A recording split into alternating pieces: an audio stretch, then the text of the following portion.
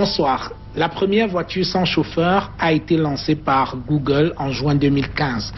Une prouesse technologique qui vient s'ajouter à de nombreuses autres qui tendent à faire des machines ou des robots des êtres dotés d'une intelligence capable de rivaliser celle de l'homme.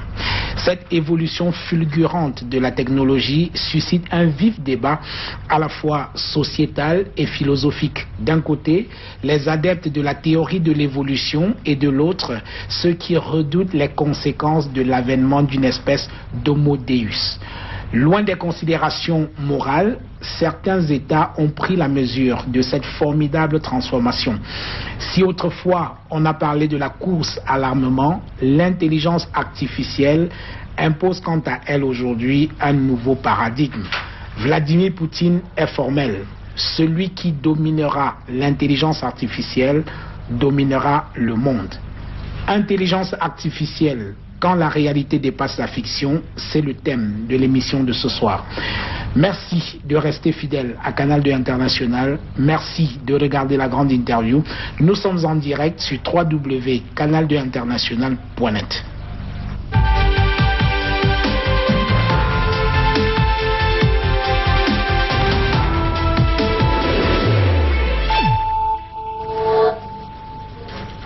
Stéphane Amarcy, bonsoir. Bonsoir.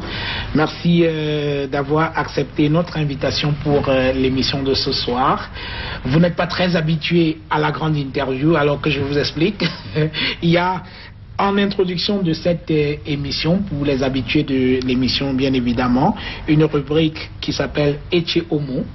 C'est le portrait de l'invité qui nous permet de camper le personnage que nous recevons afin que chacun puisse s'en faire une idée. Et je dirais toute la vérité lorsque j'aurais dit que vous êtes arrivé au Cameroun seulement hier. C'est vrai. Donc théoriquement, on n'a pas eu le temps de faire votre portrait. Tout à fait. On va essayer de faire plus ample connaissance. Vous êtes donc le fondateur, le cofondateur de Inbox. Alors de quoi s'agit-il? J'ai créé Inbox en 2001 avec mon associé. Et en fait, Inbox est une société qui a historiquement travaillé sur tout ce qu'on appelle la connaissance client, l'algorithmie. Oui. Et puis de fil en aiguille, évidemment, avec les progrès technologiques dont vous avez parlé tout à l'heure, eh bien nous aussi, on a fait ce virage vers l'intelligence artificielle et son utilisation à des fins opérationnelles. Alors et aujourd'hui, qu'est-ce que vous faites concrètement concrètement, on travaille dans un domaine qui est assez particulier, qui est le marketing. Oui. On appelle aujourd'hui surtout le marketing relationnel ou le marketing client. Oui. Ce qui veut dire qu'on va s'intéresser de façon spécifique à chaque consommateur, à chaque prospect, pour ce qu'il est. Alors évidemment, vous le savez, de par les objets connectés, de par votre téléphone, de par ce que vous faites avec votre carte bancaire et par rapport à tout ce que vous pouvez faire en termes de voyage ou autre, vous laissez des traces. Toutes ces traces, ce sont des données. Et nous, notre métier, depuis toujours en l'occurrence, c'est de récupérer ces données et d'en déduire des choses sur vous à titre personnel. Oui. Donc typiquement, ça va être de savoir quelle est la probabilité, si je suis dans une banque, que vous ayez besoin de faire de l'épargne ou de faire un crédit. Si je suis dans la téléphonie, ça va être quelle est la probabilité que vous changiez d'abonnement téléphonique ou d'option, que vous développez votre usage en termes de data, par exemple. Si je suis dans le retail, imaginons dans le prêt-à-porter, eh bien ça va être de savoir quel type de vêtements vont vous plaire. Donc de suivre la mode, de vous connaître de plus en plus précisément, et de façon à anticiper vos besoins. Oui. Alors, vous avez à la base une formation de scientifique, vous êtes statisticien de formation. Et économiste. Et économiste. Et alors, vous vous retrouvez dans le marketing, c'est pas très courant jusqu'à présent. Ce n'était pas très courant de voir des gens qui ont une formation de mathématiciens, de statisticiens et qui se retrouvent aujourd'hui à faire du marketing, qui jusque-là était réservé aux gens qui sortent des écoles de commerce et des écoles de communication même, non? Alors vous avez tout à fait raison, puisque il se trouve que j'ai fait mes études il y a quelques années. Oui. Et à l'époque, en effet, peu de ma génération sont partis travailler dans le marketing. Moi, ça m'a tout de suite intéressé dans cette voie que j'expliquais tout à l'heure, à savoir l'appréhension du comportement de chacune des personnes et la prévision de ce qu'il va faire, puisque ça combine évidemment la modélisation mathématique, donc des statistiques et des maths. Oui. Ça combine de l'économie, puisqu'on est sur de l'économie comportementale, ce qu'on appelle la microéconomie. Ça touche à la psychologie, ça touche à la sociologie. Finalement, on va retrouver grosso modo tout ce qui fait notre singularité. Tout à fait. Et c'est une synthèse. Donc ça m'a tout de suite intéressé. Et encore une fois, aujourd'hui, comme vous le citiez, c'est le grand boom. Tout le monde parle d'intelligence artificielle, de prédiction, de marketing prédictif. Enfin, c'est tous ces termes que vous pouvez lire à peu près partout.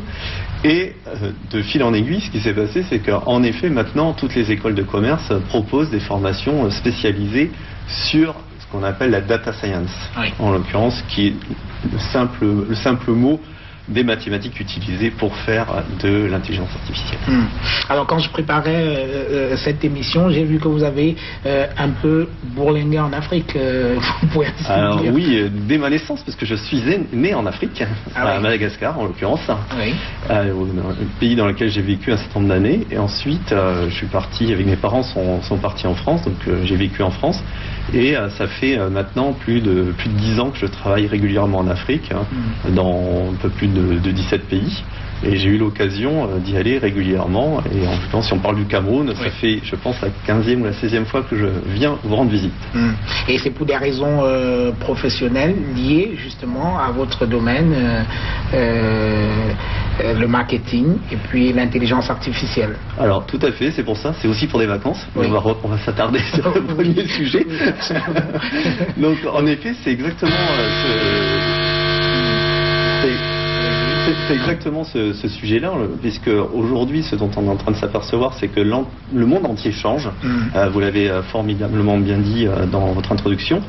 Le symbole de la voiture autonome est un excellent symbole, puisque ça change considérablement la façon de se déplacer, et ça amène d'autres révolutions. Si je reviens à mon métier, le monde change, l'environnement des entreprises change, le marketing change. Alors ce qui est assez intéressant, c'est que les entreprises ont déjà adopté ce type de changement avec l'intelligence artificielle sur d'autres sujets qui sont la logistique. Typiquement aujourd'hui, si vous regardez une entreprise qui fait de la vente de retail, de distribution, eh bien quasi la très très grande majorité, quasi 90% des travaux liés à la logistique sont déjà automatisés. Il n'y a plus un humain. La dernière fois, j'en discutais avec un directeur général je discutais de marketing avec lui, et je lui expliquais justement ce qui allait arriver dans le marketing, ou ce qui est en train d'arriver, et ce qui allait se passer dans le futur. Et il me disait, oui, mais tu comprends, c'est difficile, je vois pas l'humain. Alors l'humain, évidemment, on en reparlera tout à l'heure. On en parlera abondamment pendant cette émission. Et je lui disais, mais je ne comprends pas, parce que tu as déjà fait ce pas. Il me disait, mais de quoi tu me parles? Je lui dis, regarde, pour la logistique, est-ce que tu regardes encore ce qui se passe? Il me dit, non, c'est vrai, c'est totalement automatisé. Donc vous voyez, et si je reviens sur ma présence ici, c'est que quel que soit le secteur d'activité, alors évidemment, à partir du moment où il y a des données clients, s'il n'y a pas de données clients, on oublie ce que je vais dire, à partir du moment où il y a des données clients, la connaissance client et l'utilisation de l'intelligence artificielle donnent un avantage concurrentiel. Donc la planète entière y va. Et si on parle de l'Afrique en particulier, les premiers opérateurs qui se développent sur ces métiers-là sont les opérateurs téléphoniques et sont les banques et les assurances. Très bien. Écoutez, on va en parler plus abondamment tout au long de cette émission. C'est pour ça que nous avons invité. Merci d'être venu. Je vous propose de prendre juste une petite pause et nous entrons dans le vif du sujet.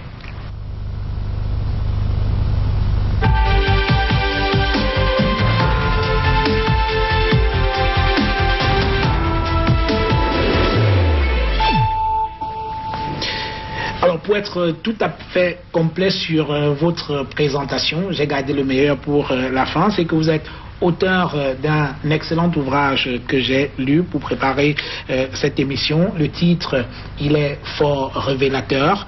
Mon directeur marketing sera un algorithme, et le sous-titre c'est l'intelligence artificielle remplacera-t-elle les marketeurs? Alors commençons par quelques définitions pour bien camper notre sujet. C'est quoi l'intelligence artificielle? Alors l'intelligence artificielle, c'est une définition qui date pas d'aujourd'hui, puisque ça a été défini au milieu du XXe siècle. Et aujourd'hui, pour faire très simple, on parle de deux types d'intelligence artificielle. On parle de l'intelligence artificielle dite faible, en l'occurrence qui est une intelligence autonome, qui a une capacité à reproduire quelque chose de connu. Je prends la voiture autonome dont vous parliez, ce n'est que de l'intelligence artificielle dite faible, puisque elle est bourrée d'intelligence, mais c'est plein de petites intelligences qui, séparément, vont faire en sorte que la voiture aille du point A au point B sans accident, puisque c'est son objectif. Oui. Maintenant, on parle aussi d'intelligence artificielle dite forte. Alors je vous rassure, ça n'existe pas aujourd'hui, parce que ça aura beaucoup d'impact dans le futur.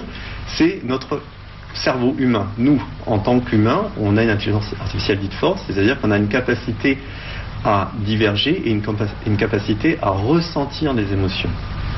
Donc c'est vraiment ces deux définitions qu'il faut garder en tête, en reprécisant bien qu'aujourd'hui on ne parle que d'intelligence artificielle dite faible. Alors, vous dites dans votre livre que les machines sont capables d'avoir de vrais sentiments et une compréhension de leur propre raisonnement. Alors tout à fait, tant qu'on reste dans cette logique du faible, en fait, je peux avoir, moi-même là, dans une discussion, j'éprouve un certain nombre de sentiments. Ces sentiments font appel à ce que j'ai vécu par ailleurs, à ce qu'on vit en ce moment, ça me fait rappel des souvenirs, et tout ça se mélange. Et ce qui me permet d'expliquer ce que je suis en train de faire par rapport aux questions que vous posez. Là, je suis dans un cadre de divergence, et après je vais converger. L'intelligence artificielle, qu'elle soit forte ou faible, va faire la même chose. Même si elle est faible, elle va prendre l'entièreté de la connaissance qu'elle a à disposition pour converger vers la solution qu'on lui demande de trouver. Je vous donne un exemple. Si on prend la musique, aujourd'hui, vous avez des programmes qui sont capables d'inventer, inventer une chanson des Beatles qui n'a jamais existé, ou une symphonie de Vivaldi. Tout simplement parce qu'ils analysent ces morceaux de musique, et à partir de ces morceaux de musique, vont être capables d'en créer un nouveau, avec des contraintes de musicalité, des contraintes de rythme. Ça, on est toujours dans l'intelligence artificielle dite faible. Donc, c'est dans ce sens-là où son propre raisonnement est compris à l'intérieur, puisque je déduis et je construis quelque chose pour converger. Je vous donne un autre exemple qui est d'actualité. Vous vous rappelez que Google a créé un programme de Go qui a battu le meilleur des humains. Tout à fait. Ce qui s'est passé dernièrement, il y a à peu près 2 ou 3 semaines, ils ont annoncé avoir créé un nouveau programme de Go qui a battu 100-0 celui qui avait déjà battu les humains. Alors, ce qui est fondamental dans cette histoire, c'est qu'ils sont partis dans un premier temps. Qu'est-ce qu'a fait ce premier programme de Go? Il a récupéré tout un tas de parties qui ont été jouées, et grosso modo, ces parties jouées, c'est l'histoire de l'humanité dans le jeu de Go. Ça fait 2000 ans qu'on joue le jeu de Go, ça fait 2000 ans qu'il y a une convergence génération après génération vers un savoir. Bien déjà, le premier programme d'intelligence artificielle de Google a réussi à apprendre ça très rapidement. Le deuxième, encore plus fort, lui, il n'a même pas regardé ce qui s'était passé, il a lui-même simulé ses propres parties, il a joué contre lui. En 3 jours d'apprentissage, seulement 3 jours d'apprentissage, il était capable de battre le premier 100-0. C'est phénoménal. C'est phénoménal. Alors, l'autre expression que vous utilisez abondamment dans votre livre et qui est très à la mode lorsqu'on parle d'intelligence artificielle aujourd'hui, c'est le big data. Alors, en quelques mots, si on peut expliquer. Alors, le big data, c'est... Souvent, on parle de révolution par rapport au big data. Pour moi, ce n'est qu'une évolution. Le big data, c'est simplement profiter dans des vitesses et donc dans des temps courts de très très gros ensembles de données. Je vous donne quelques exemples. Imaginez un opérateur téléphonique. Lui, par définition, depuis qu'il est créé, il est dans le big data, puisque légalement, il est obligé de garder chaque appel unitaire ou chaque SMS. Donc il a la capacité de traiter ça et d'en faire quelque chose. Là, ce qui s'est passé, c'est qu'au-delà de ce côté réglementaire qui était dans des délais donnés, la question de fond, c'est de tirer une information dans un énorme ensemble de données. Si vous voulez, dans le passé, on réfléchissait avant beaucoup plus qu'on le fait aujourd'hui, avant à quelle donnée va être significative de tel comportement, va pouvoir expliquer ce qui se passe ou ce que va faire la personne. Aujourd'hui, puisque la puissance informatique est là, on se pose moins la question dans ces termes-là. On va plus se dire, je vais récupérer à peu près tout ce que je peux, et je vais bien trouver quelque chose dedans. Mais pour se bien trouver quelque chose dedans, on fait appel à des techniques mathématiques particulières et à la puissance informatique qui va permettre de gérer ces grands ensembles de données qu'on appelle big data. Alors, on parlait de votre profil tout à l'heure, mathématicien, statisticien, un peu d'économie, et vous vous retrouvez à faire du marketing. Alors, votre livre, Mon directeur marketing sera un algorithme, montre clairement qu'il y a une évolution aujourd'hui dans le métier du marketing. Alors, qu'est-ce qui a sonné le glas du marketing traditionnel ou alors du marketing à l'ancienne? Je pense que il y a deux facteurs qui ont joué par rapport à ça. Oui. Alors le glas, il n'a pas encore sonné, il va sonner. Oui. Mais pour les plus avancés, il a déjà sonné. Oui. On est vraiment dans cette phase de transition. Absolument. On parlait de Darwin. D'aucuns parlent de 2020. Voilà, vous parliez de Darwin tout à l'heure. On est vraiment dans cette transition-là. Absolument. Alors deux facteurs à ça. Je pense que tout le monde a entendu parler du fameux one-to-one. Le one-to-one, mythe marketing qui consiste à dire ce que nous faisons là tous les deux. Oui. Alors, on se parle et donc je suis capable d'adapter au fur et à mesure ce que je dis par rapport à ce que vous êtes et ce que vous posez comme question. Et quand vous me posez des questions, j'arrive à mieux comprendre qui vous êtes et à essayer d'adapter mes réponses à votre profil. Donc ça, c'est le one-to-one. Oui. Maintenant, quand vous regardez autour de vous tous les annonceurs, je passais tout à l'heure encore dans la rue, je voyais une grande affiche publicitaire qui vantait les mérites de tel forfait en téléphonie. Oui. Et bien là, on n'est pas du tout dans le one-to-one. On est simplement, j'ai une contrainte qui est visuelle et je veux que ce visuel parle à un maximum de personnes. Donc le fameux one to few. Oui. Donc ça, c'est le marketing traditionnel. Ce qui s'est passé, c'est que la publicité traditionnelle, pareil à la télévision, comme vous le faites. Ce qui s'est passé, c'est de fil en aiguille, c'est qu'on a commencé à créer ce qu'on appelle le marketing direct. Donc je vais essayer de m'adresser directement à vous. Alors le problème de la personnalisation des messages, c'est que ça coûtait très très cher. Oui. Donc on n'y était pas. Par contre, ce qu'on faisait, c'est 2-3 versions de messages et on ciblait en fonction de chacune des versions des messages. Oui. Maintenant, arrive la digitalisation de la relation avec les clients. Formidable. On utilise des emails, des notifications, des SMS, des Facebook, Twitter ou autres. Mais puisque c'est digital, eh bien, la facilité de personnalisation explose tout d'un coup. Et là, le nouveau marketing arrive. C'est-à-dire que je suis en capacité technologique et productive, avec des coûts correspondants, oui, de faire ce travail-là. Première révolution. La deuxième révolution, si je dois personnaliser ce que je vais vous dire, il faut que je vous connaisse. On revient au sujet du big data, oui, la récupération des données. Avec ces données-là, je vais fabriquer une connaissance à l'individu qui va me permettre de savoir que, par exemple, vous ouvrez plutôt vos emails le samedi, mais pas le lundi ou le mardi. Donc ça ne sert strictement à rien, je vous envoie un email le lundi et le mardi. Je vous l'enverrai que le samedi. Alors on peut aller même jusqu'à l'heure à laquelle vous ouvrez vos emails. Et si on a l'heure, eh bien on va l'envoyer juste avant l'heure, le pic de probabilité à laquelle vous allez ouvrir, de façon à ce que mon email soit au-dessus. Deuxième révolution, la data. Première, la digitalisation. Deuxième révolution, la data. Troisième révolution, en l'occurrence, c'est les consommateurs, oui, eux-mêmes, qui sont acteurs et qui fabriquent et intensifient et accélèrent ce changement. Et c'est celle, à mon avis, c'est la révolution la plus importante dans ce qui va arriver dans le futur.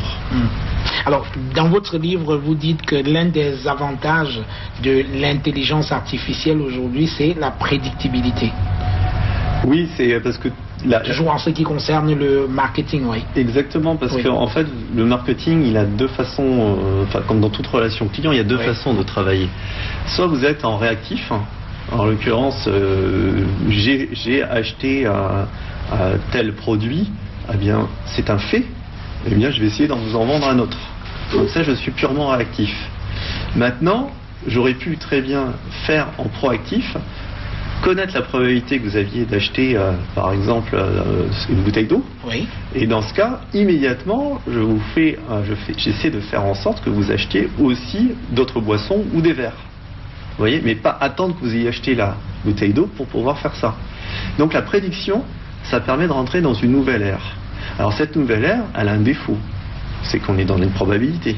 Donc par définition, on se trompe. Oui. C'est normal, il faut l'accepter. Oui. Et donc tout le jeu dans nos métiers, c'est de se rapprocher le plus possible de la vérité, de ce qui va réellement se passer. Et pour ça, il nous faut de plus en plus de données. Oui. Alors donc, si je comprends bien, tout aujourd'hui se trouve dans la capacité des nouveaux types de marketeurs que vous êtes à avoir de plus en plus de données fiables sur les individus. Exactement. Et c'est de cette manière-là que vous pouvez imaginer quelles vont être leurs habitudes de consommation et mieux communiquer avec ces individus-là pour vendre, quoi. Tout à fait. Sans données, pas d'intelligence artificielle. Ouais. Alors donc aujourd'hui, le combat, il est au niveau de la maîtrise des données. Alors le combat, il a plusieurs niveaux. Oui.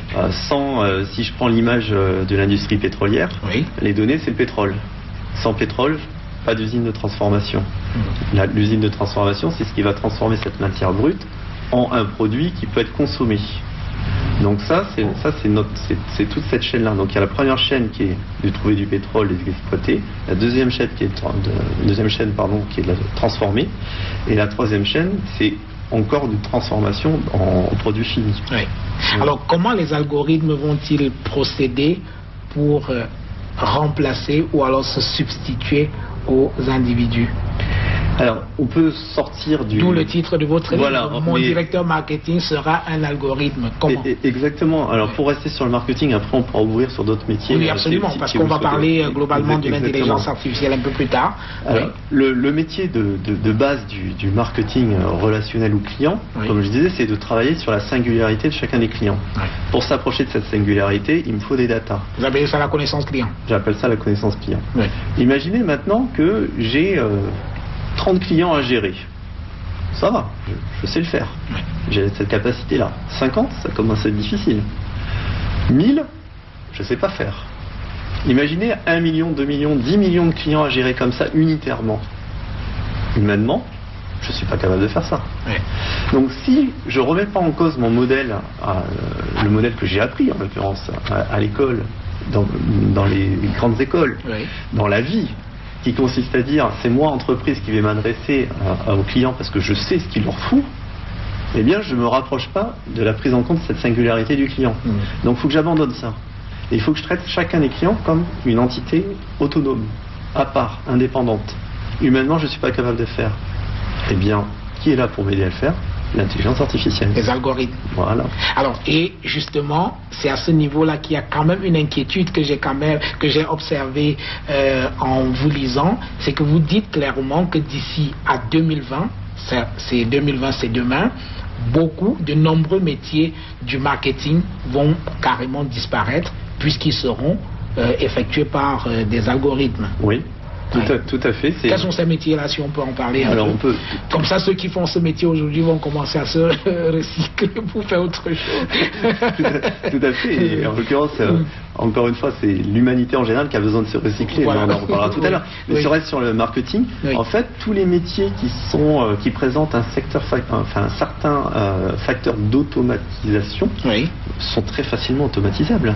Je vous disais tout à l'heure, à partir du moment où je veux prendre la singularité de chacun des clients en compte, ça veut dire que j'ai plus besoin de personnes qui me disent ah mais la cible pour tel produit c'est ça. Ben non, l'intelligence artificielle va apprendre ça toute seule, comme une onde. Donc ça c'est plus utile.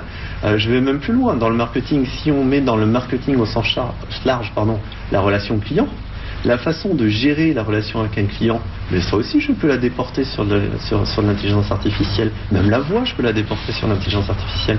Ça va aller très vite. Vous voyez tous ces progrès vont déboucher très très rapidement auront un impact en l'occurrence sur l'emploi. Alors, dans votre ouvrage, vous avez cité un certain nombre de métiers et vous les classez par catégorie, ceux qui vont très rapidement disparaître, ceux qui vont disparaître progressivement. Alors, quelques-uns des métiers quand même dans le marketing qui sont menacés par l'avènement de l'intelligence artificielle. Alors, vous avez tous les métiers de gestionnaire de campagne. Qui vont être automatisés comme je le disais. Vous avez aussi tout ce qui tourne autour de la veille, parce que là il y a des outils très modernes aujourd'hui qui font à peu près tout seul.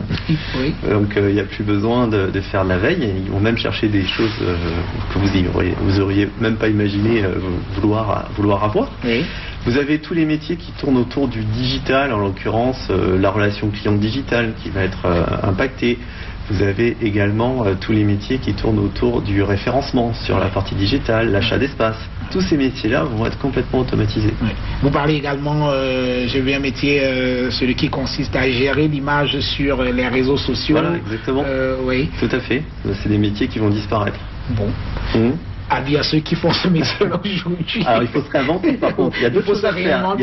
Il faut se réinventer, on en parlera. Alors il n'y a pas que le marketing, il n'y a pas que dans le marketing qu'on assiste à cette montée triomphante des algorithmes, on peut citer la publicité, oui. Les RH, oui. La santé, les finances, la téléphonie, et j'en oublie certainement. Ben, les avocats, le juridique. Ah, le juridique aussi. Le juridique aussi. Il y a déjà des... oui. Alors, je vous livre deux expériences. Il y a une première aux États-Unis où ils ont commencé à faire des tests de façon à ce que les jugements dans des procès soient faits par de l'intelligence artificielle et non plus par des humains. Non. Si. Donc vous imaginez dans l'univers qu'on est en train, enfin la grande marche qu'on est en train de faire. Je dis pas que c'est positif ou négatif, c'est surtout pas mon propos. Hein. Oui. Je me garderai bien de le dire par rapport à ça. Oui. Mais en l'occurrence, ils vont dans cette voie-là. Un exemple. Deuxième exemple, les avocats. Un avocat, c'est du droit. Oui. Le droit, c'est des règles. Donc qui dit règle dit facilement à apprendre. Vous voyez? Donc il y a tout un pan du droit. Et donc faire apprendre les règles de droit à des algorithmes qui font le boulot de la place des avocats aujourd'hui. Exactement, c'est en train d'arriver. Oui. Donc vous aurez des nouveaux avocats, des nouveaux services juridiques qui vont vous allez expliquer votre problématique.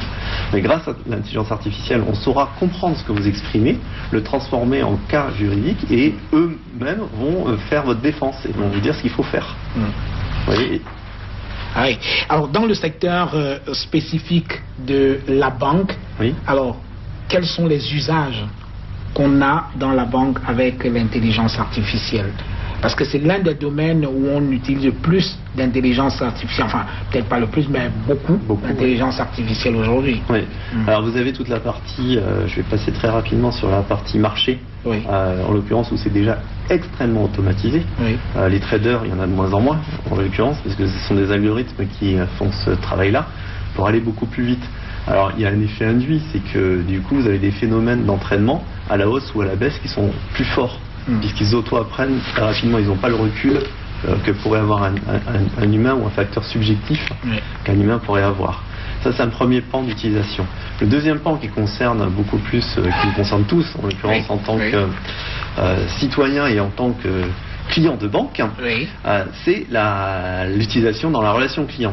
Alors pour illustrer ce qui est en train de se passer, je vais vous citer, j'en parle de mémoire dans le livre, mais trois événements concomitants qui ont été assez incroyables.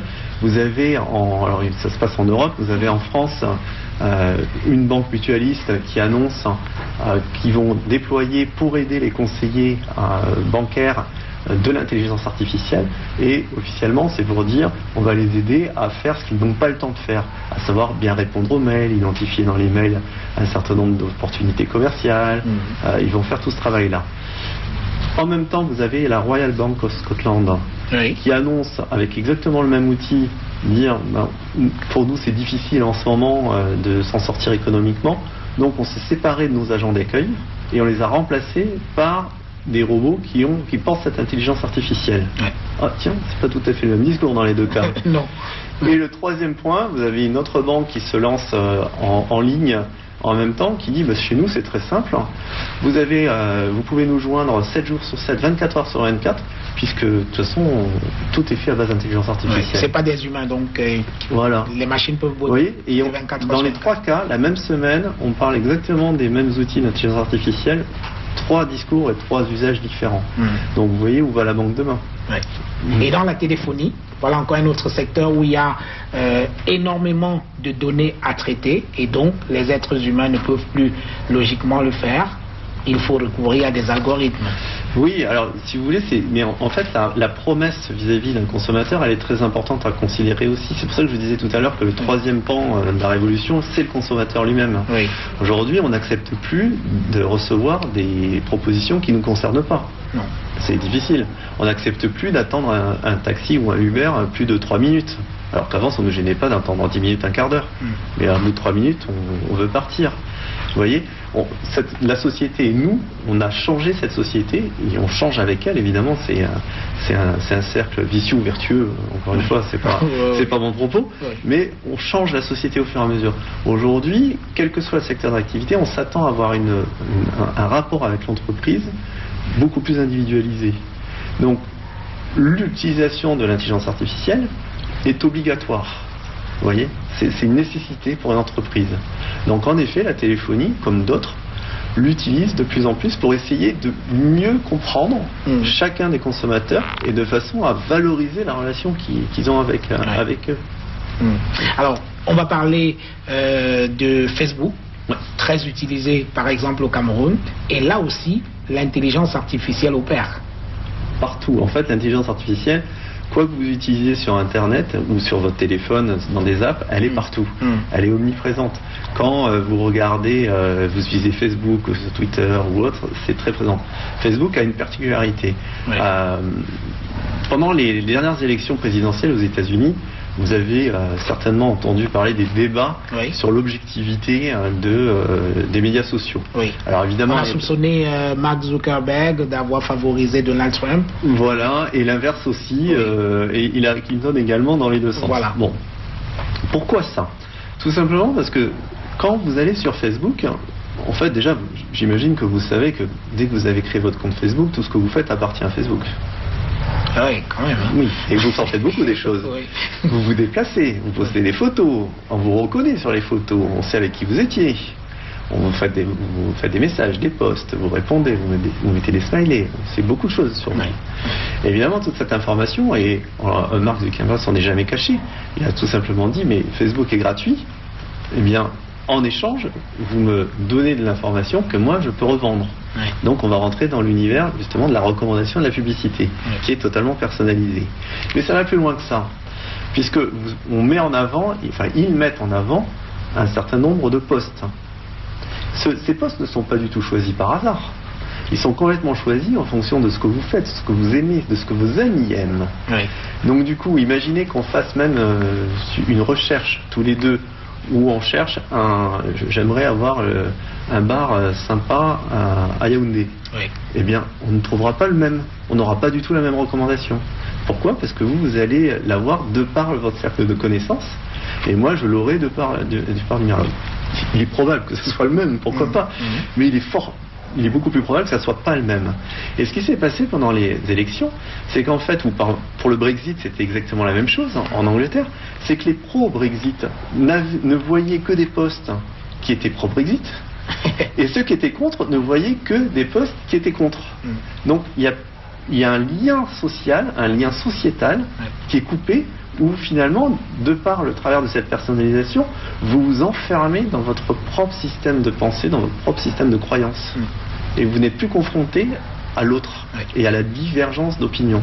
C'est-à-dire qu'à partir de toutes les données que nous postons sur Facebook, on détermine nos comportements, nos choix, et c'est à partir de là qu'ils essayent de nous vendre tout ce qu'il y a à vendre là.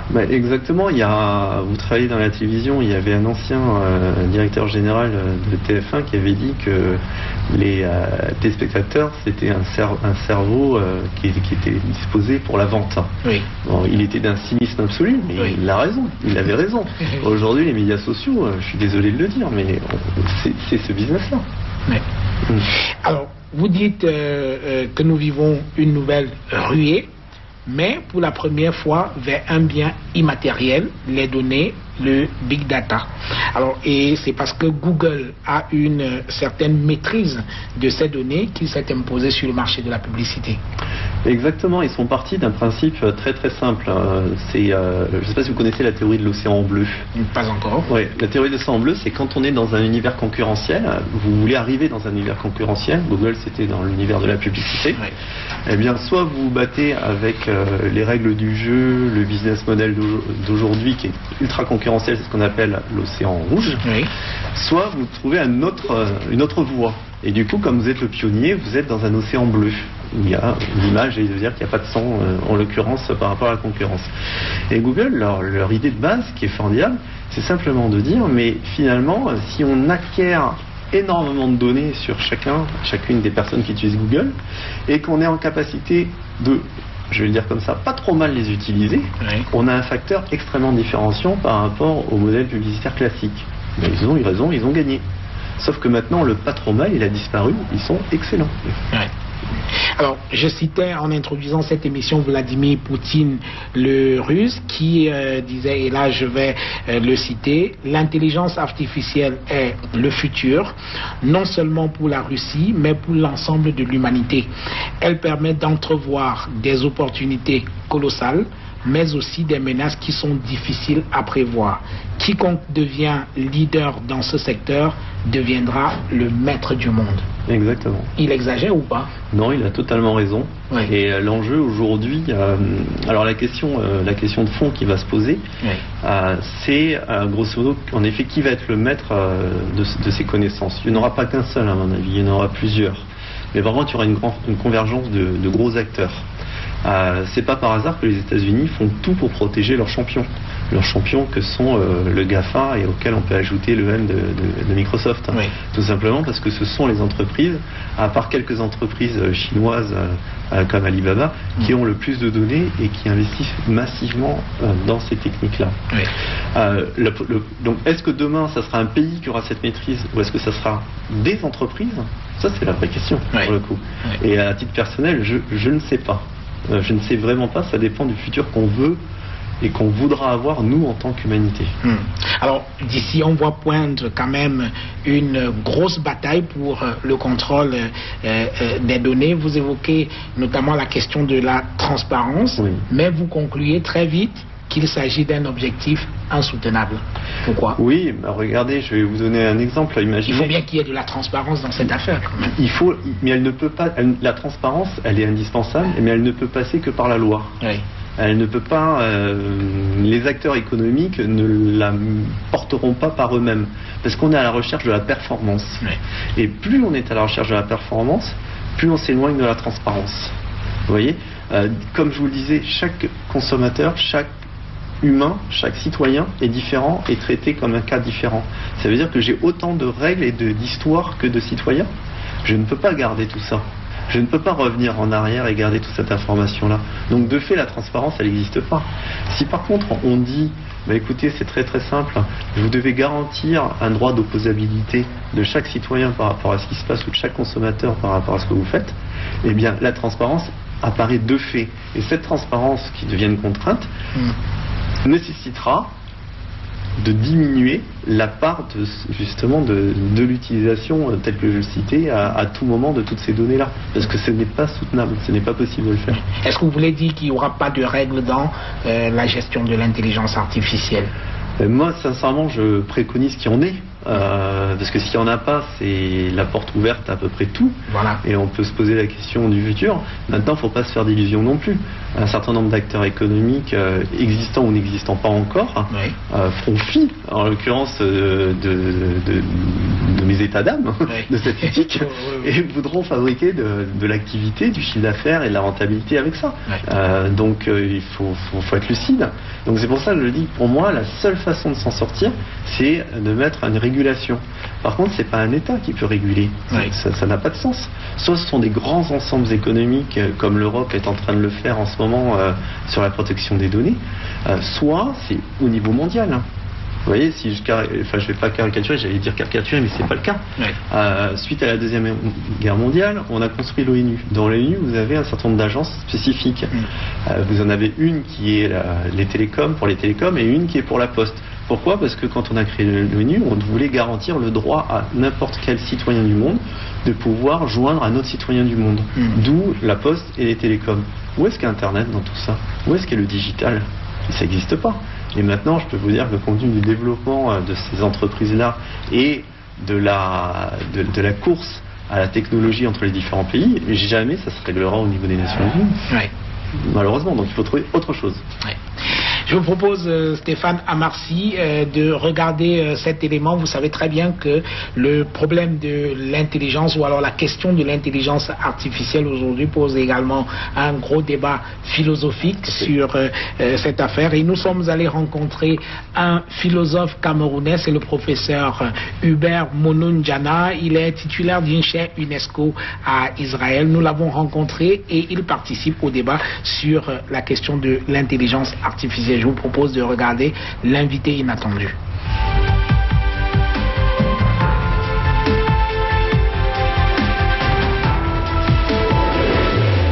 Mettez la clim aussi et mettez le volume pour que...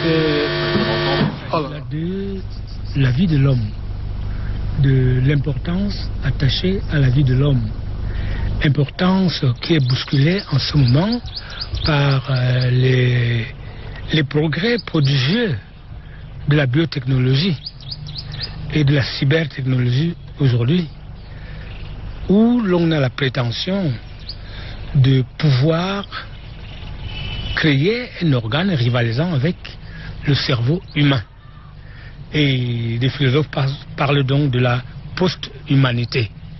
C'est l'ère des post-humains qui s'annonce, où l'homme sera un être plus accompli qu'il ne l'est actuellement. Et c'est ça le problème éthique, le problème philosophique, dont on avait quand même senti déjà les annoncer, les avancées dans les années 80. Dans les années 80, avec Hans Jonas, qui avait écrit le principe responsabilité. Le principe responsabilité, à savoir que ce que la science fait aujourd'hui est responsable de ce que sera l'homme de demain.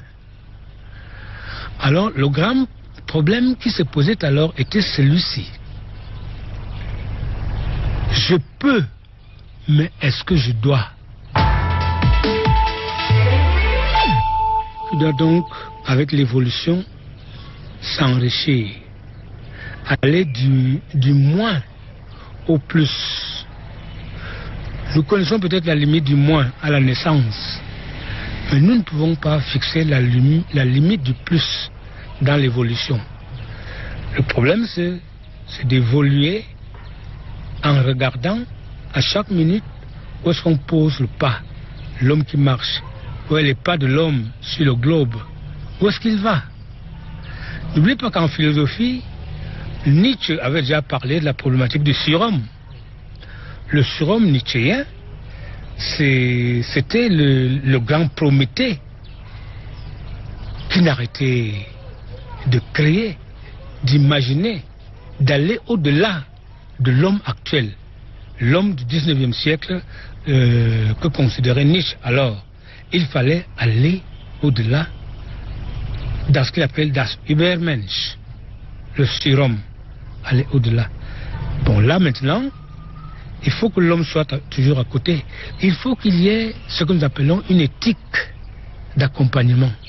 L'éthique d'accompagnement nous permet de savoir qu'est-ce qui est humainement faisable et acceptable. Et c'est pour ça que, à l'ère actuelle, il existe des comités d'éthique dans le monde entier. Dans les grands pays, en tout cas, il y a des comités d'éthique. Le robot ne peut pas être le prolongement de l'homme, parce que l'homme n'est pas le prolongement de Dieu. Le robot est seulement un instrument, un peu plus développé, mais le robot est une créature. La créature ne peut pas dépasser ontologiquement le créateur.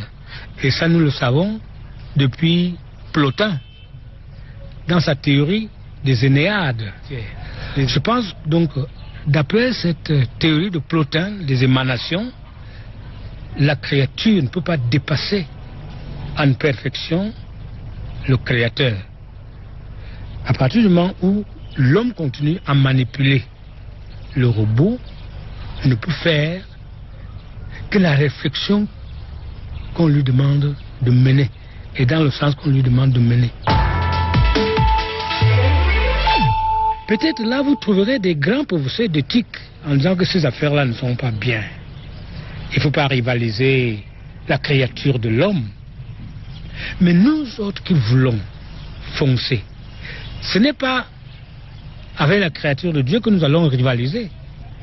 Nous mettons en exergue les capacités que Dieu a mises en nous. Et nous pensons que si nous sommes des créatures de Dieu, nous verrons à ne pas trahir le dessein, la finalité, dont la finalité au service de laquelle se trouvent nos intelligences ne sera pas trahie. Voilà pourquoi moi je fonde un grand espoir sur le fait que ces technologies nouvelles, on appelle ça autrefois les TECOM. On avait d'abord commencé par appeler l'homme technologique, ensuite on a appelé carrément TECOM avec Gilbert Routois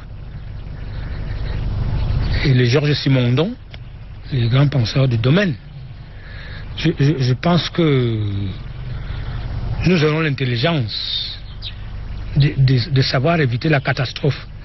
L'homme ne va pas pousser l'inconscience jusqu'à la bêtise, jusqu'à la catastrophe. Je ne pense pas. Le professeur Hubert Mono-Njana, qui a une lecture tout à fait philosophique sur l'intelligence artificielle aujourd'hui. Alors, un commentaire. Écoutez, sur pas mal de points, je partage ce qui a été dit, hein, et comme on le disait tout à l'heure, c'est à nous, humanité, de choisir ce qu'on veut faire de l'intelligence artificielle. S'il y a un point sur lequel je diverge, en l'occurrence, c'est, moi aussi je suis très optimiste, mais je me dis que ces technologies-là, mises dans de mauvaises mains, et les mauvaises mains, il y en a régulièrement, malheureusement l'histoire en est truffée, eh bien ça peut être très grave, et une fois que c'est fait, ça va être compliqué de revenir en arrière. Alors, selon un sondage qui a été réalisé en France, 64% de Français se disent inquiets quant à l'évolution de l'intelligence artificielle. Alors, est-ce que vous comprenez ce scepticisme des Français? Oui, cette inquiétude. Alors, vous avez les mêmes sondages aux États-Unis, au Canada, en Asie, en Afrique. Vous allez trouver avec les mêmes résultats. Sensiblement les mêmes résultats. Après, ça va bouger un petit peu d'un pays à l'autre, mais sensiblement, il y a de l'inquiétude. Alors, pour moi, en toute sincérité, je trouve que c'est une bonne nouvelle qu'il y ait de l'inquiétude. Parce que cette inquiétude, elle participe à une prise de conscience. Si tout le monde était euphorique et se posait pas de questions, il n'y aurait pas de prise de conscience. Après, ce qui était intéressant, c'est de voir qu'à titre personnel, on a déjà accepté plein de choses. Regardez, quand vous vous déplacez, vous prenez pas de carte, vous prenez Google Maps par exemple. Et ça y est, c'est fait, tout le monde fait ça. Demander à des enfants de 15 ans, 16 ans s'ils savent lire une carte, peut-être qu'ils en ont jamais vu même. Vous voyez, ils ont juste, on leur dit du point A au point B, voilà, tu fais ça comme ça et ça marche très bien. Donc ça, c'est un abondant. Vous avez d'autres abondants comme ça dans la vie de tous les jours. Si vous écoutez la musique et vous regardez des systèmes de recommandation, exactement comme Facebook le faisait tout à l'heure, dont on est en train de parler, eh bien, on vous fournit du contenu. Et on l'accepte aussi, tout simplement parce que si vous regardez Netflix ou Deezer ou Spotify ou autre, vous avez le choix dans 15, 20, 30 000 possibilités. Comment moi je peux choisir? Je ne sais pas en fait à un moment donné. Donc j'apprécie ces recommandations. Amazon, c'est exactement la même chose. Il n'y a rien n'est fait au hasard. Tout ce que vous voyez, c'est de l'algorithme qui le définit. Tout est pensé à l'avance et confié, et il n'y a pas un humain. Quand je dis penser à l'avance, c'est des algorithmes qui le pensent. Alors, parmi les inquiétudes qui sont exprimées, il y a celles liées à l'emploi, et on se rend compte qu'une robotisation à outrance de la société pourrait être un problème à des emplois. C'est clair, c'est pour ça que, à titre personnel, quand j'entends encore des hommes politiques dire qu'on est à la recherche du plein emploi, mais pour moi c'est un mythe qu'il faut abandonner. Le sujet n'est pas là. La raréfaction de l'emploi, c'est d'actualité. Et plus le temps passera, plus ça sera vrai. Alors certains vous diront, mais non, parce que chaque révolution industrielle, on a su recréer des emplois. Mais non, quand vous regardez bien, au fur et à mesure... Oui, c'est inquiétant, parce que les chiffres sont assez terribles. On parle de 70 millions d'emplois à perdre d'ici 2025 aux États-Unis. Oui, exactement. C'est fort ça. Ben oui, et en fait, ce qu'il faut voir, c'est que c'est pas. Tout le monde a le syndrome historique de l'industrialisation des chaînes de production qui ont fait que tout un tas de personnel qui était sur des chaînes de production dans des usines a été remplacé par la robotisation. Et on s'est dit, c'est pas grave, on va développer le tertiaire. Alors le tertiaire s'est développé, c'est vrai. Mais maintenant, on est en train d'automatiser le tertiaire. Et il y a quoi d'autre derrière? Bonne question. Alors on vous dit, ah oui, mais il y aura plus d'ingénieurs et plus de... Non, c'est pas vrai.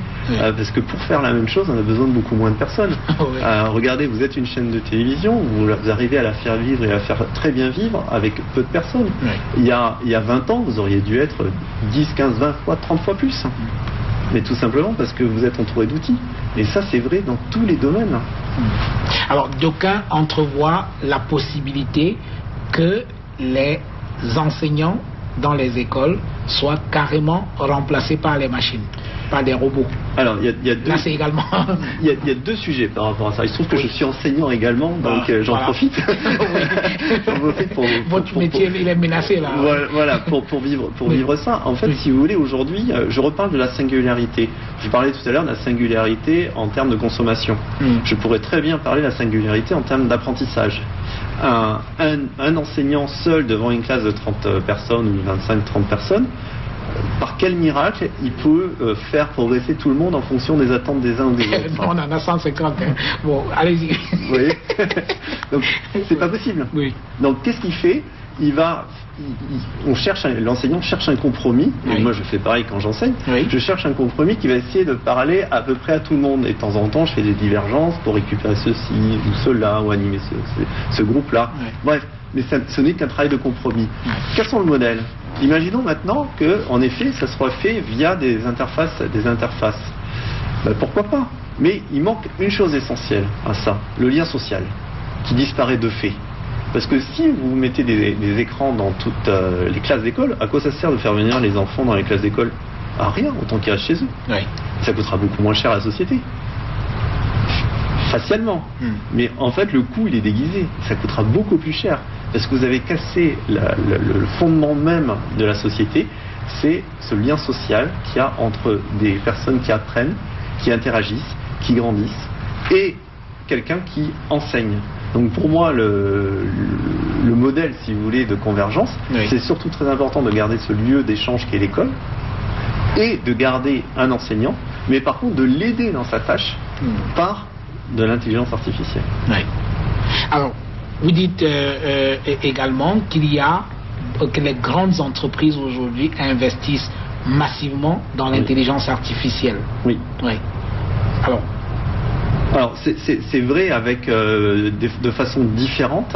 En l'occurrence, elles ont toutes compris que si elles n'investissaient pas, elles allaient se trouver en décalage. Oui. Donc elles investissent tous massivement parce qu'elles ont peur d'un désavantage concurrentiel. Alors ce qui est en train de se passer, c'est que comme elles investissent toutes, mais il y a une raréfaction en l'occurrence des ressources, oui, et donc il y a une convergence quand même forte vers un certain nombre d'outils. Alors après, vous avez des très grandes entreprises, vous avez des plus petites entreprises comme la mienne par exemple, où on en fabrique, oui, mais vous avez cette convergence-là, et ce qui fait qu'à moyen terme, à mon avis, tout le monde aura sensiblement les mêmes outils à un moment donné. Et ces outils seront tellement performants qu'ils proposeront à peu près la même chose. Donc la différence, à ce moment-là, elle ne sera plus par l'outil, mais elle sera par l'expérience qu'on propose au consommateur. Et cette expérience qu'on propose au consommateur, il faut la travailler dès à présent. Parce que si j'attends la fin de l'histoire pour le faire, j'aurais pris du retard par rapport à mes compétiteurs qui le commencent maintenant et qui démarrent maintenant. Vous voyez? Mais elles n'ont pas le choix, elles sont obligées. Sauf, et moi je suis persuadé que ça va arriver, oui, de la même manière que vous avez eu un développement ces dernières années du commerce équitable, vous aurez un label qui consiste à dire venez chez moi, il n'y a pas de data, je fais rien, je vous trace pas, vous êtes totalement libre de faire ce que vous voulez. Un peu comme l'alimentation bio aujourd'hui. Exactement, vous aurez ça, l'équitable bio, et vous aurez ce parallèle-là qui va se faire, et il y aura certainement une fusion entre les deux, c'est fort probable, et on verra si j'ai raison ou pas raison, mais j'en suis quasi certain. Quelle est la place de l'humain dans tout ça? Ou alors, est-ce que le grand remplacement tant annoncé ou alors tant redouté aura lieu, à votre avis? La place de l'humain, il faut qu'on la définisse tous ensemble, justement. C'est pour ça que je suis satisfait de cette prise de conscience et de ces craintes que ça apporte. Parce qu'il n'y a que par la prise de conscience, une prise de conscience globale qu'on pourra y arriver. Pour moi, il y a deux façons de voir le sujet. Il y a une façon, je vais commencer par la façon pessimiste de voir le sujet, et après je parlerai de la façon optimiste. La façon pessimiste, c'est qu'on ne fasse rien. Et au fur et à mesure, ce qui va se passer, en effet, destruction d'emplois, raréfaction du travail, donc problème de consommation également au passage, un repli identitaire très très fort de par les difficultés économiques couplées par le réchauffement climatique, et grosso modo, ça va pas être très très agréable dans le futur. Donc vous voyez, ça c'est la version pessimiste où on fait fi de l'humanité au profit de cette déshumanisation l'humanité par l'intelligence artificielle. Autre possibilité, et j'espère que c'est celle-ci qui prévaudra, c'est de dire, mais finalement, l'humanité, on a une chance incroyable dans ce qu'on est en train de faire. On peut peut-être penser la société différemment. On peut, par exemple, se dire qu'en effet, il y a une raréfaction du travail. Eh bien, partageons les richesses. Pourquoi pas? Ouvrons ce travail. Alors, on va parler de revenus universels ou autre, mais ça a du sens pour le futur. Ça n'a pas de sens aujourd'hui, mais ça a du sens pour le futur. Et du coup, ça veut dire quoi? Qu'on va pouvoir se libérer de toutes nos contraintes? Parce que finalement, notre vie, elle est sociétale, en l'occurrence, c'est essentiellement des contraintes. On doit travailler, parce que si on ne travaille pas, on n'a pas d'argent, et on n'est pas forcément heureux dans ce qu'on fait, dans le travail qu'on fait. On a peut-être des talents divers et variés qu'on aimerait faire, on aimerait échanger plus avec des tiers, et tout ça, c'est pas forcément possible. Mais si on arrive à se libérer de ce fardeau, entre guillemets, qu'est le travail, pourquoi pas aller vers cette humanité-là? Oui, c'est une façon positive de voir les choses. Absolument. Oui. Alors, et lorsque les gens pensent que d'ici à 2045, la machine va carrément dépasser l'être humain, vous pensez que c'est... Alors on ne connaît pas exactement la date, mais c'est vrai qu'il y a pas mal de prévisionnistes, de futurologues qui parlent de 2040, 2035, 2050 à peu près. Voilà, c'est à peu près ça. Oui, c'est aujourd'hui technologiquement rien ne l'interdit, mais absolument rien. C'est juste qu'on apprend encore à le faire au fur et à mesure et vous voyez, comme je le disais tout à l'heure sur le jeu du Go, jour après jour on dépasse. Aujourd'hui les machines elles sont déjà plus intelligentes que nous sur des petits morceaux. Alors on se souvient de la raclée historique infligée au champion du monde des échecs, le russe Garry Kasparov, par Deep Blue, une machine conçue par IBM, c'était en 1997. Est-ce que c'est là le point de départ de l'intelligence artificielle? Est-ce qu'on peut se situer à ce niveau-là? Je pense que ça a été un révélateur, en l'occurrence, parce que c'était en plus l'univers des échecs, c'est un univers qui valorise les capacités cognitives, de pensée, de calcul, de prévision de l'être humain, et dans l'imaginaire de tous, dans le mien, le champion du monde d'échecs, c'était vraiment l'humain absolu, qui est battu à plat de couture. Alors, et là nous sommes en 97. Voilà, donc du coup à mon avis ça a commencé avant, mais c'est le symbole qui a montré cette capacité extraordinaire. Et ce que je vous disais tout à l'heure sur le jeu de Go, c'est l'étape encore supérieure. Malheureusement le jeu de Go, heureusement le jeu de Go est moins connu que les échecs. A priori, de ce que j'ai compris, c'est beaucoup plus complexe que les échecs encore. Alors on a connu, et je le disais également en introduisant cette émission, l'époque de la course effrénée à l'armement, qui était l'étalon de l'influence géopolitique des États. Aujourd'hui, on a l'intelligence artificielle. C'est clairement un changement de paradigme aujourd'hui dans la puissance géopolitique. Oui, et c'est là où on revient à ce que vous disiez tout à l'heure, c'est que le changement, il est sur l'immatériel. La puissance, elle vient de l'immatériel. Absolument. Et ce qui est tout à fait nouveau, en l'occurrence, et qui va révolutionner, encore une fois, les relations entre États. Mais au-delà des révolutions entre États, c'est entre les entreprises. Et c'est aussi, même malheureusement, ça peut être dans les mains de personnes, comme on le disait tout à l'heure, très mal intentionnées. À titre personnel, il y a une chose qui me fait extrêmement peur, c'est les soldats robots, en l'occurrence. C'est pas couvert par la Convention de Genève, personne ne veut légiférer sur le sujet au niveau international, parce que tout le monde, ça rejoint le discours que vous disiez sur les armes, parce que demain, ça va être ces armes-là, ça va être ces soldats-là. Mais qui est responsable concrètement s'il y a un problème? Parce qu'il y a déjà des pays où on commence à voir des robots policiers, de la même manière. Vous avez à Dubaï un premier commissariat de police qui est ouvert où il n'y a pas un humain. Vous voyez ? Tout un commissariat, pas un seul humain. Pas un seul humain. Ça arrive. Vous avez au Japon, dans certains hôtels, il n'y a pas un humain. Vous êtes accueillis par des robots ou servis par des robots dans des restaurants. il y a même là au Japon, je lisais un article là-dessus, où maintenant, donc pour les cérémonies bouddhistes, parce que quand il y a un enterrement au Japon, ça coûte extrêmement cher. Et donc du coup, ils ont fabriqué des robots qui savent faire les incantations bouddhistes. Mais le pire, c'est que ça marche. Les personnes commencent à accepter ça parce que ça coûte beaucoup moins cher. Et donc, vous voyez, c'est toute la difficulté dans cette histoire-là, c'est de dire ah mais oui, mais on automatise, donc c'est moins cher, donc c'est mieux pour les consommateurs. Oui, mais je détruis par ailleurs autre chose. Mais on le regarde pas comme ça. Moi, ça m'amuse toujours entre guillemets de dire ah mais en fait, tout le monde est d'accord quand vous posez la question de savoir c'est bien de bien manger, des produits sains, et puis ils vont faire les courses dans le supermarché. Ou pareil, je m'associe, et là, on va regarder le prix. Et on oublie toutes nos intentions. Donc vous voyez, ce simple facteur et relation au prix fait que ça change. Ouais. Alors, dans cette influence géopolitique à partir de l'intelligence artificielle, les États-Unis sont en pointe.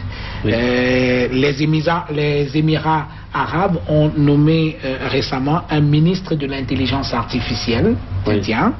La Russie, la Chine, tous investissent énormément dans le domaine de l'intelligence artificielle. Mais pour l'instant, en Afrique, on semble un peu en retard. Vous qui parcourez l'Afrique dans votre cadre professionnel, vous êtes bien passé pour en parler.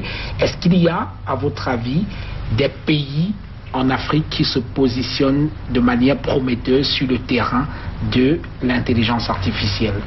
Non, aujourd'hui, clairement, le continent africain est en retard par rapport aux autres groupes. Alors après, ce qu'il faut voir, c'est, si vous regardez bien les pays que vous avez cités, la Chine, c'est un énorme, c'est un continent à part entière avec un potentiel économique incroyable.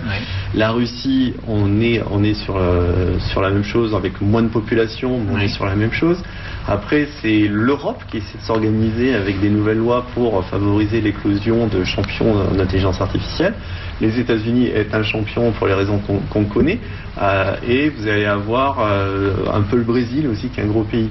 Mais après, tous les autres pays ont du mal. Pourquoi ils ont du mal? Tout simplement parce que seul, c'est impossible aujourd'hui. Ça nécessite un tel niveau financier, d'investissement, de rapatriement des compétences, que c'est impossible d'avoir une logique étatique seule dans ce domaine-là. Par contre, ce qui est intéressant, c'est le constat que je fais, c'est que l'Afrique va plus vite dans l'adoption, par contre.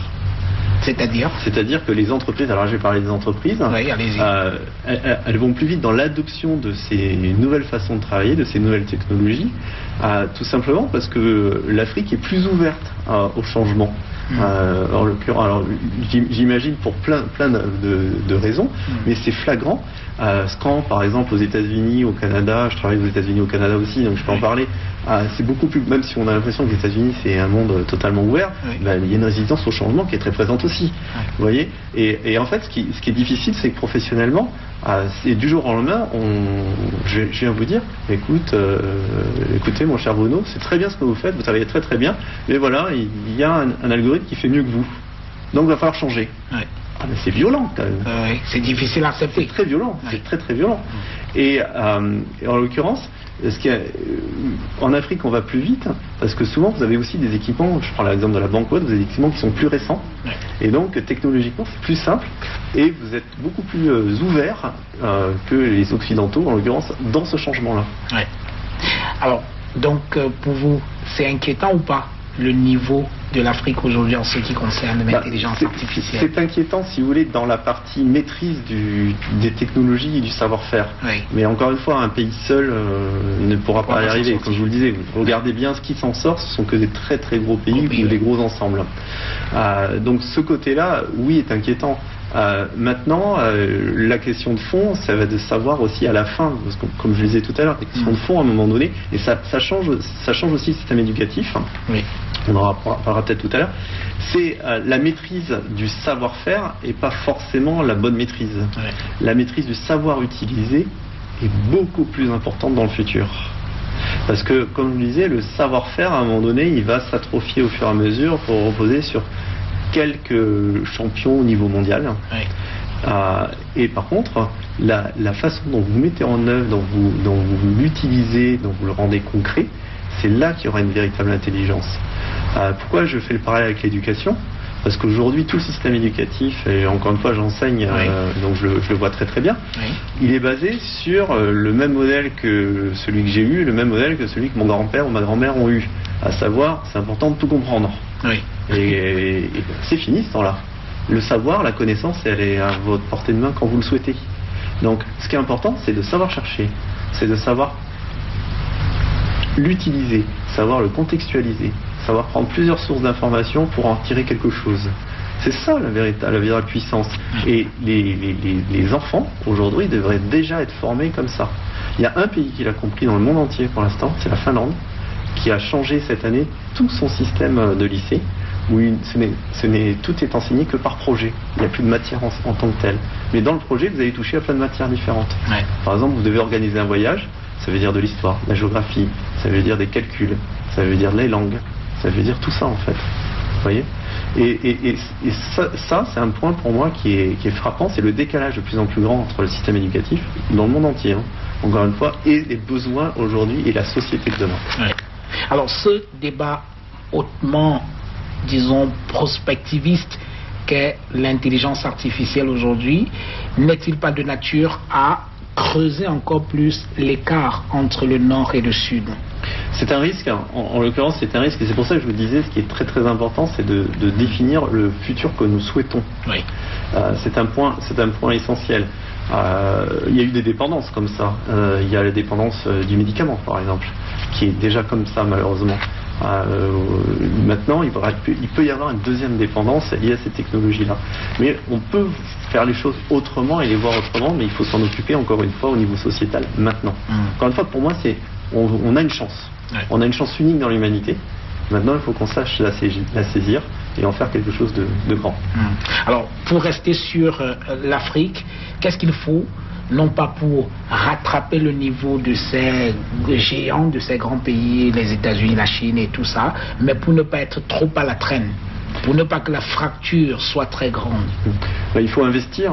Il faut investir dans la formation, il faut investir dans des structures, il faut investir aussi par une fiscalité avantageuse pour que des entreprises viennent s'installer. Il faut également rapatrier du savoir. Le faire revenir, parce qu'il existe souvent à peu près partout, et il faut le faire venir, le concentrer, faire travailler les gens ensemble. Mais comme je disais tout à l'heure, à l'échelle d'un État, ça n'a pas de sens. Il faut le faire tout de suite sur un ensemble d'États. Et encore une fois, le monde est en train de s'organiser selon des grands groupes économiques. L'Afrique se doit de le faire également pour être compétitif demain. Vous avez plein de talents. Il faut les utiliser. Le développement de l'intelligence artificielle avec tous ces robots, ces humanoïdes qu'on voit un peu partout aujourd'hui suscite beaucoup d'enthousiasme, on est bien d'accord. Mais en même temps, est-ce qu'il ne faut pas s'inquiéter qu'à un moment donné, la machine devienne un peu folle, perde la tête? Oui, c'est un risque très très important. On se souvient de l'homme de Frankenstein. C'est vrai, c'était qu'un roman, mais c'est quand même quelque chose qui est révélateur du revers que peut représenter un développement technologique qui n'est pas maîtrisé. Oui, vous avez 2001 l'Odyssée de l'espace aussi, avec HAL. Exactement, en l'occurrence, c'est un risque énorme. Donc c'est là où je reviens aussi au côté législation, qui va permettre de... Alors il y a un certain nombre d'acteurs de l'intelligence artificielle qui réfléchissent à ce qu'ils appellent le bouton rouge. Le bouton rouge, c'est le bouton où j'appuie et stop, ça s'arrête tout d'un coup. Pour arrêter la machine. Pour arrêter la machine.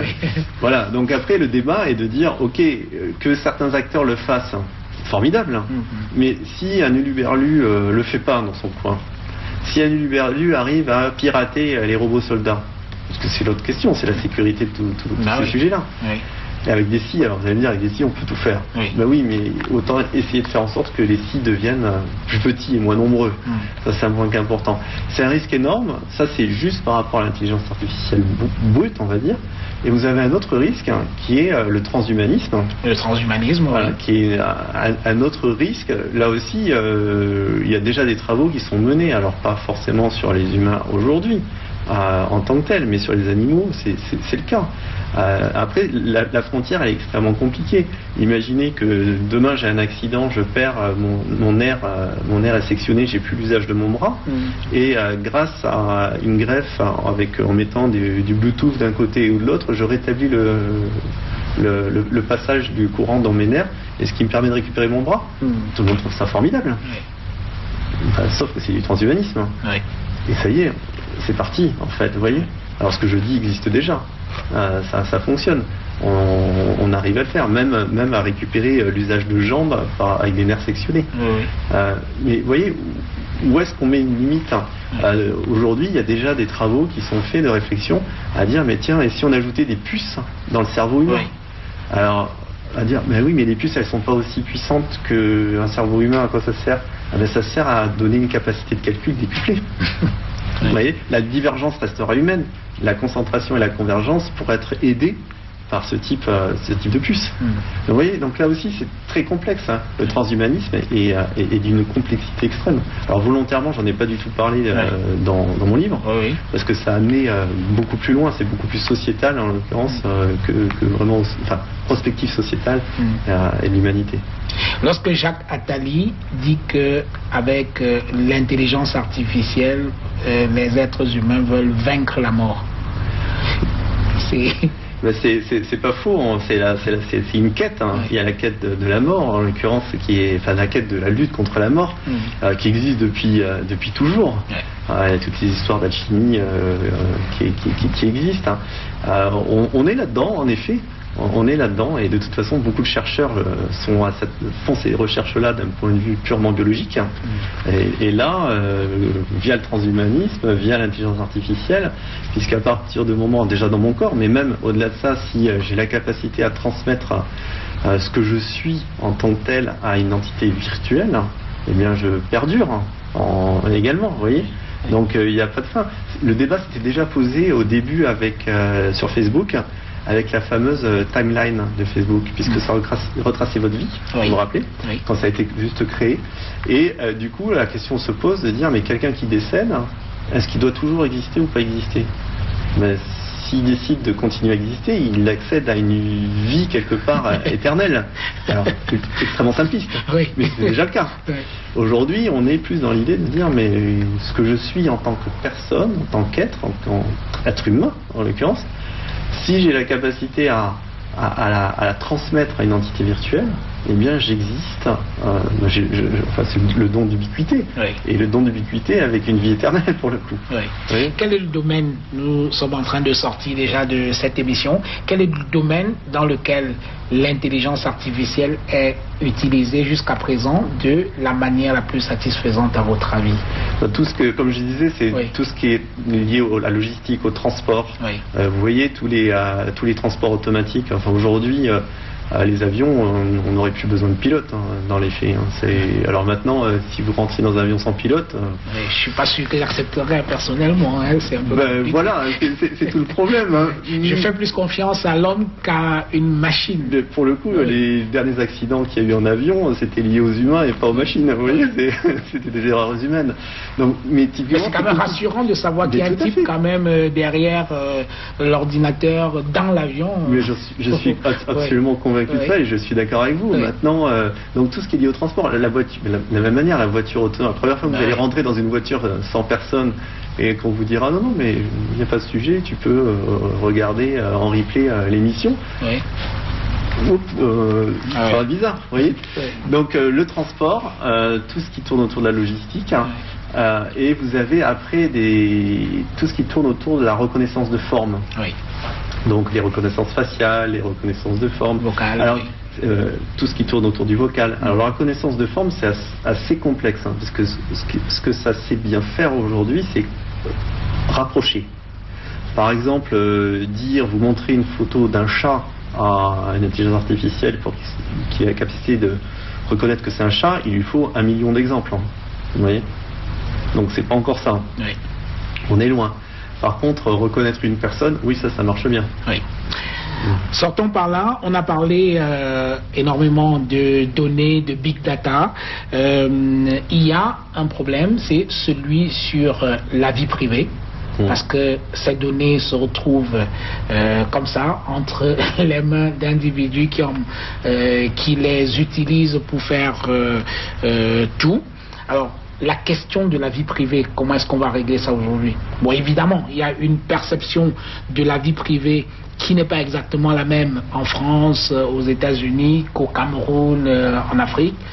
On n'a pas la même perception de la vie privée, ou chez vous c'est un peu trop carré, mais chez nous un peu moins. Voilà. La question de la vie privée, est-ce que cela ne risque pas d'être un frein à l'évolution et au développement de l'intelligence artificielle? C'est le cadre législatif qui est là aussi qui a toute son importance, et en effet les lois sont différentes d'un pays à l'autre. Maintenant les lois par définition elles sont en retard par rapport aux usages. Vous voyez, et à partir de ce moment-là, si on se fait ce constat-là, c'est plus aux entreprises ou aux administrations qui utilisent de garantir les bonnes règles d'utilisation et de travailler sur l'éthique, sur la transparence dont vous parliez, et d'être très très précis dans ce qu'ils font, de façon à ce que les consommateurs ou citoyens soient toujours en capacité de dire non à un moment donné. Là aussi, ces lois construisent des barrières concurrentielles fortes. Et c'est une des raisons pour lesquelles les États-Unis ont un système de loi particulier, le Canada en a un autre, la Russie un autre, la Chine un autre, l'Europe s'est dotée d'une loi qui gère toute l'Europe maintenant. Vous voyez, parce que la contrainte par la loi donne un avantage. Et donc là c'est pareil, par rapport à ce qu'on disait tout à l'heure sur l'Afrique, il faudrait avoir un gros bloc de pays qui fabriquent des lois communes sur ces enjeux-là, de façon à privilégier les acteurs africains qui naîtront. Voilà, merci Stéphane Amarsi. Merci beaucoup. Dernière question, la toute dernière, j'ai failli l'oublier, c'est la toute dernière, toute petite question. Jusqu'où ira l'intelligence artificielle? Elle n'a aucune limite, donc sa limite, ça sera à nous de la définir. Bien. C'est une bonne réponse, merci. Voilà. Alors, juste très rapidement, présenter votre ouvrage, très bon ouvrage que j'ai eu du plaisir à lire et je vous le conseille.